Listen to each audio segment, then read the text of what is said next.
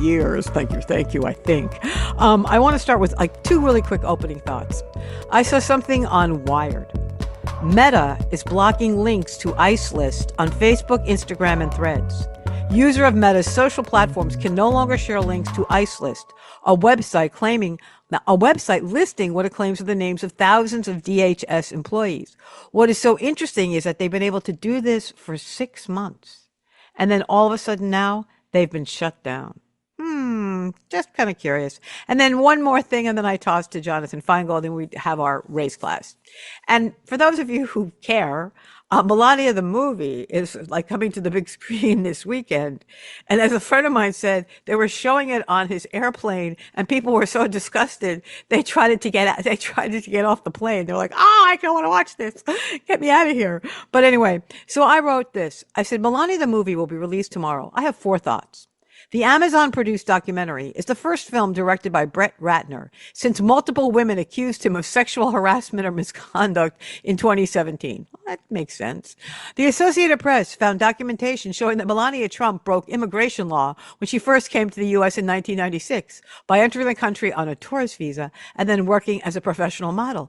She was a lawbreaker and she was an immigrant. Oh, no.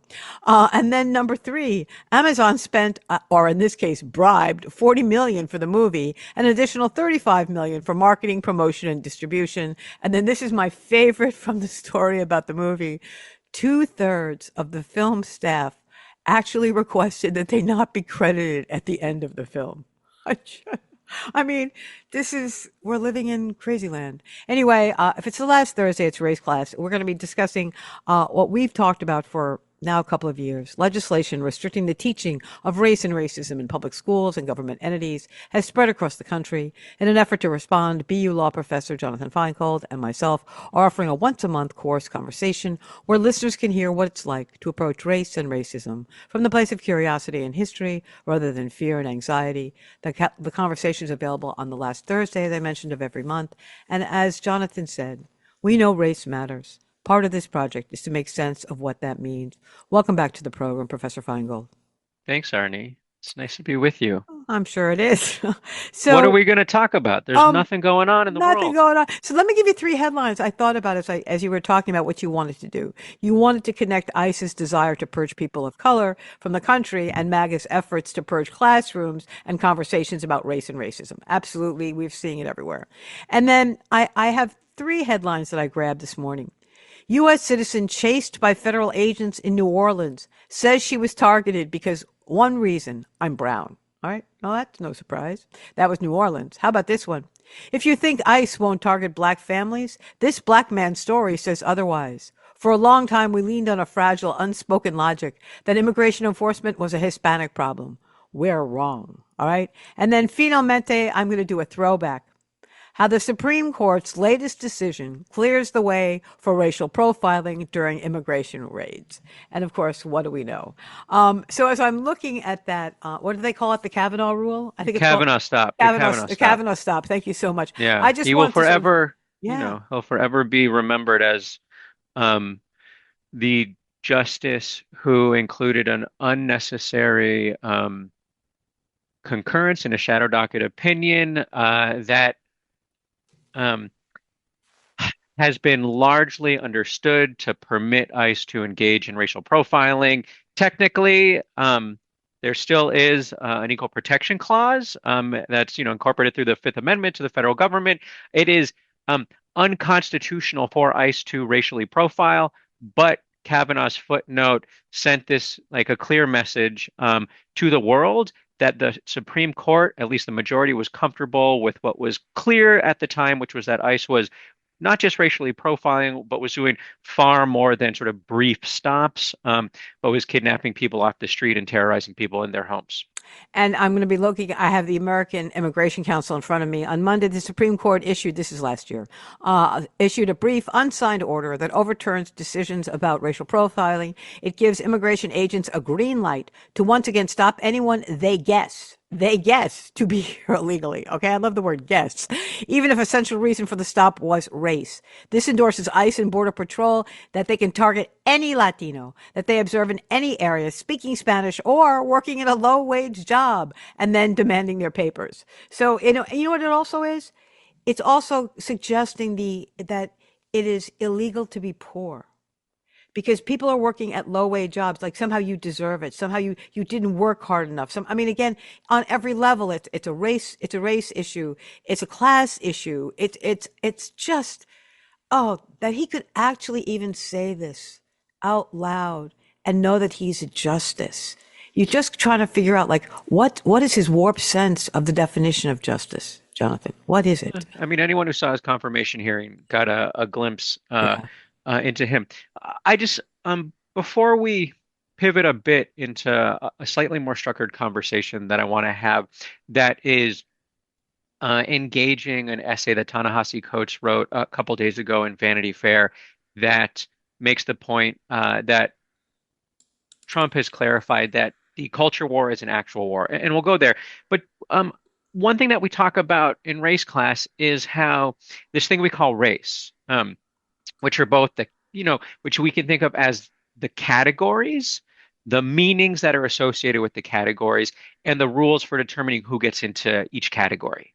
Whether the category, is white or black or Latina or Asian, whatever it is, like they're categories constructed by people, and there's meanings attached to it. That meaning is Yeah. American, un-American, criminal, hard worker. Those are Yeah. meanings that um, people construct through our rhetoric, through our policy. And then there's rules for who is in a category and who is outside of a category. And one point that race scholars make all the time, but I think is hard to really feel in practice, though this moment might make it actually a little bit more tangible, is that when we say that race is not just socially constructed, but it is dynamic. Means to say that it's always contested and it's always changing.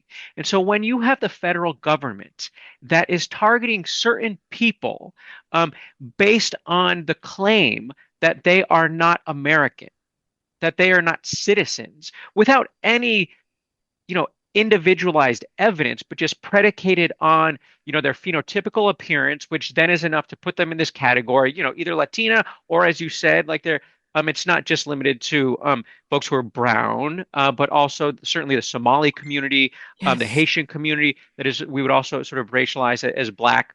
Um, this is it's an active racial project that is trying to deepen in our public consciousness or in our collective consciousness and just our lay sense which people, as a function of their racial identity, are presumptively American or not Yes. American. Stephen Miller knows that. He knows that what he is doing is not just, you know, using the game board as it exists, but he is trying to sort of deepen this logic that certain racialized bodies are American and others aren't. And you can trace this to a really long history with respect to sort of people from Asian countries. You know, um, where, for much of our history, when access to the United States, when legal immigration was restricted in racial ways, that was constructing how we understand different racialized bodies in the United States, which is why Asian Americans continue to confront this notion of being a perpetual foreigner, even if they and their family have been in the US for decades longer than more recent sort of ethnically white neighbors. The presumption is that the person who we'd see as Asian American is foreign because we're engaged in this long racial project and it's always contested.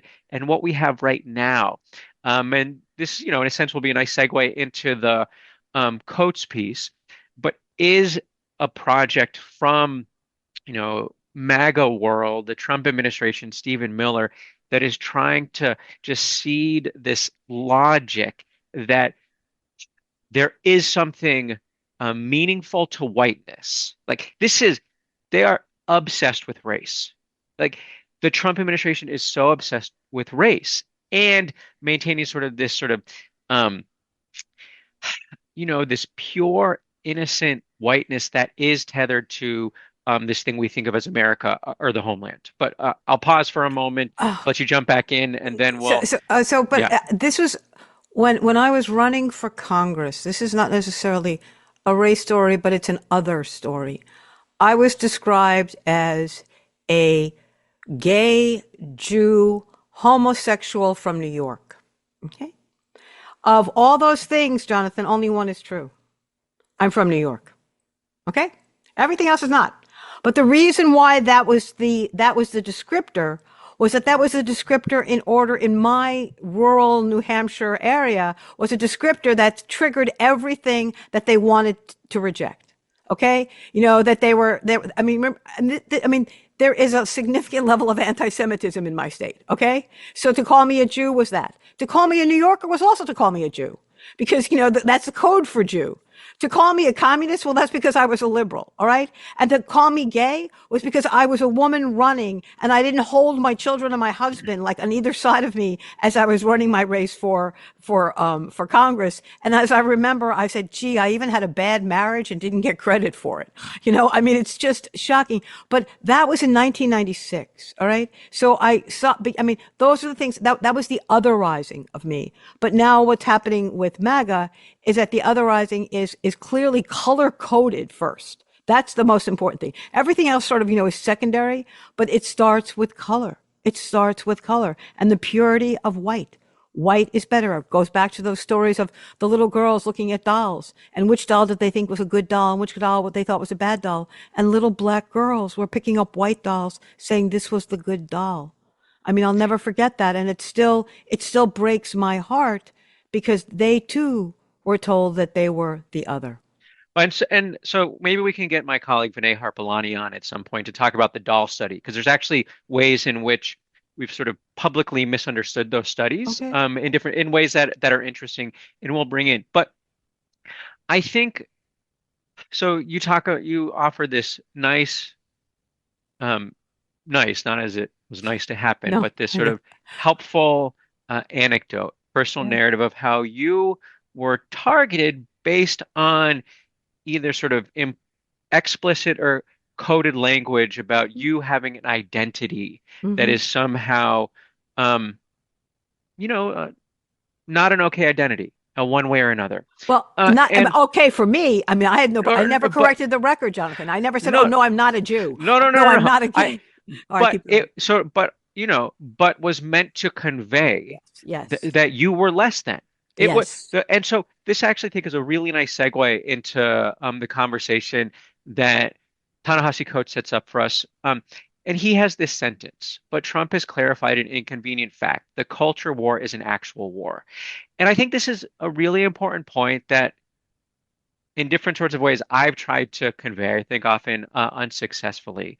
Um, but it is to just suggest that all of these fights that we have in society that tend to be framed as quote unquote culture war um, isn't they are all an actual war. And the culture war frame, I think, generally conveys that this is sort of separate from sort of the real, like separate, marginal to actually like less tangible and concrete and material than the real bread and butter like issues that folks like need to care about. Um, you know, taxes or job or healthcare.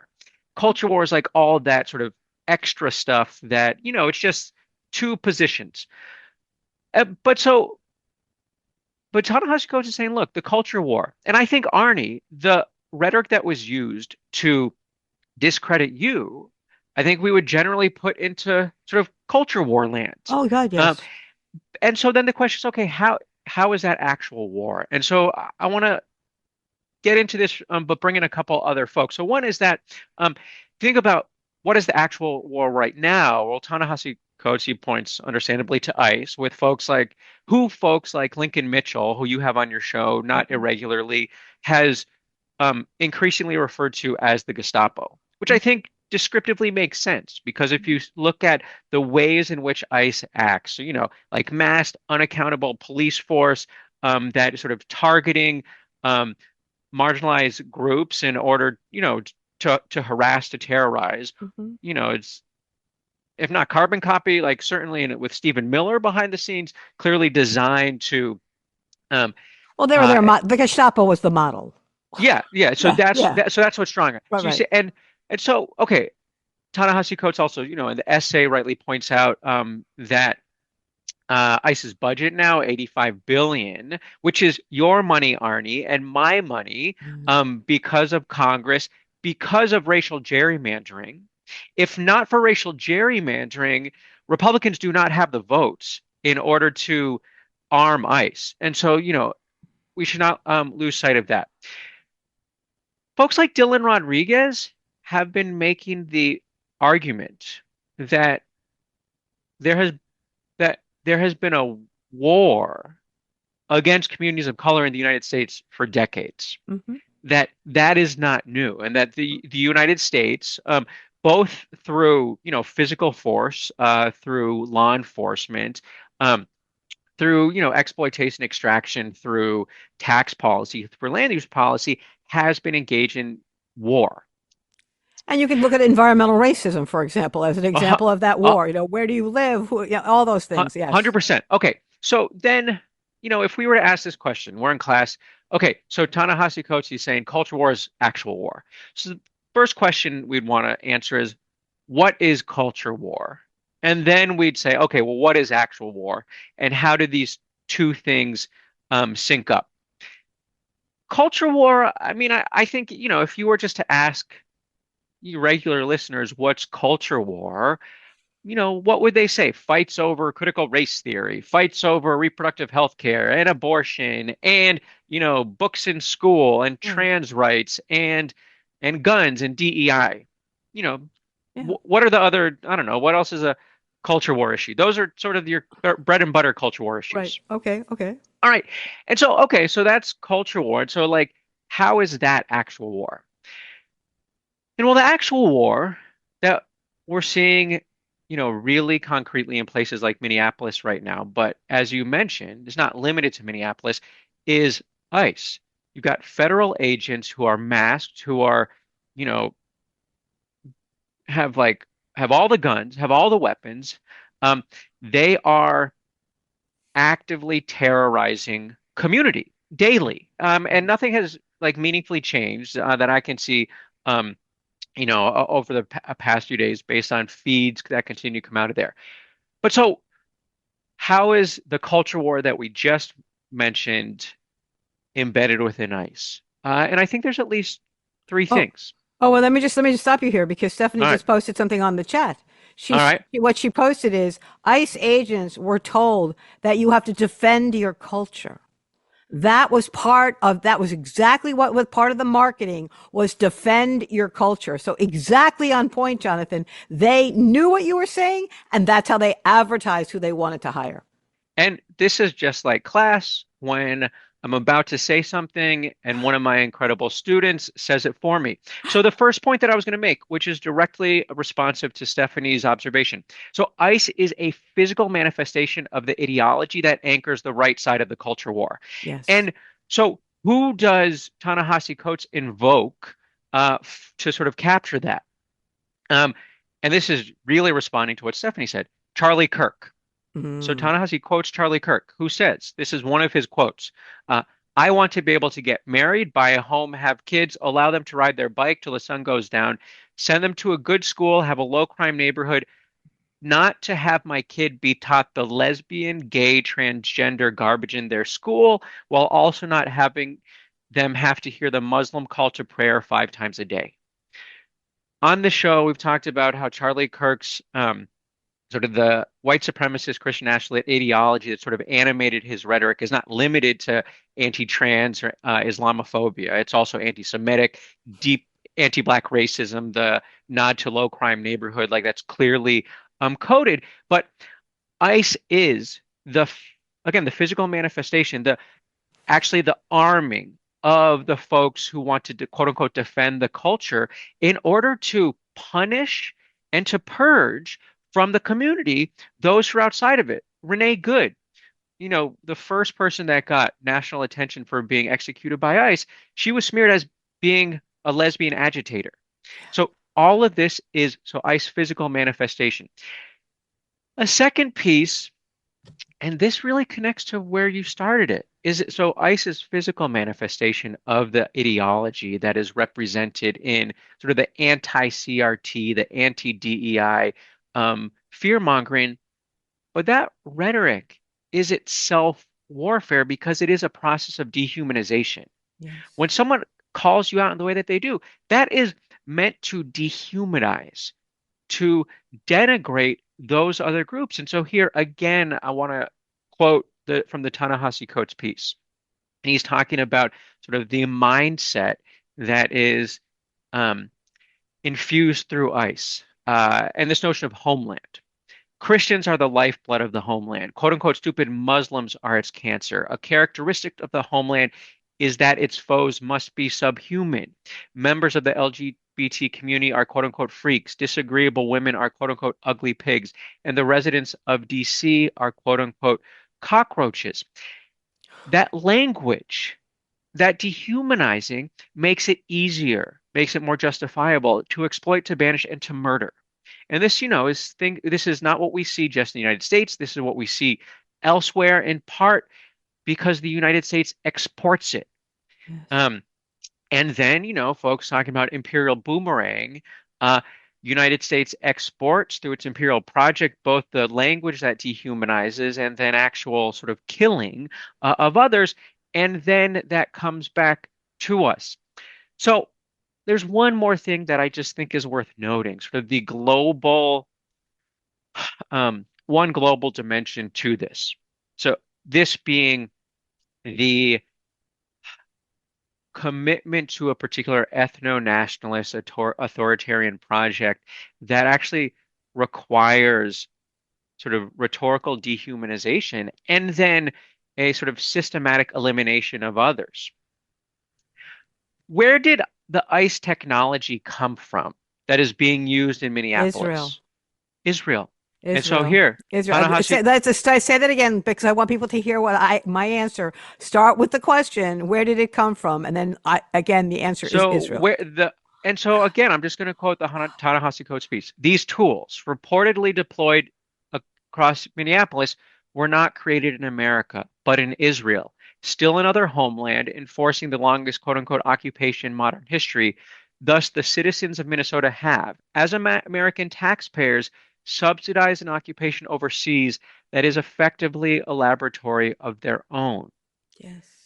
And so now I want to sort of tie this up, and then we have about 2 minutes left. So I want to offer one sort of very different sort of personal story before we end.